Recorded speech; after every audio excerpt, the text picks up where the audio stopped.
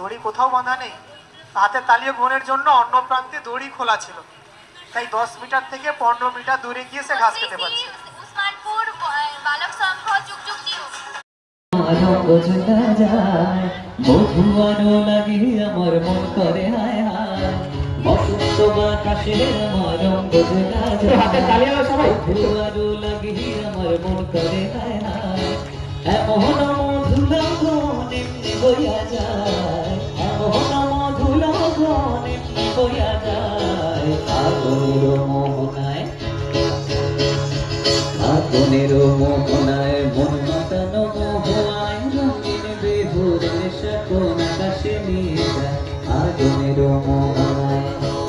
শুনছেন না? আরেকবার শোনা হয়ে গেছে, আরেকবার।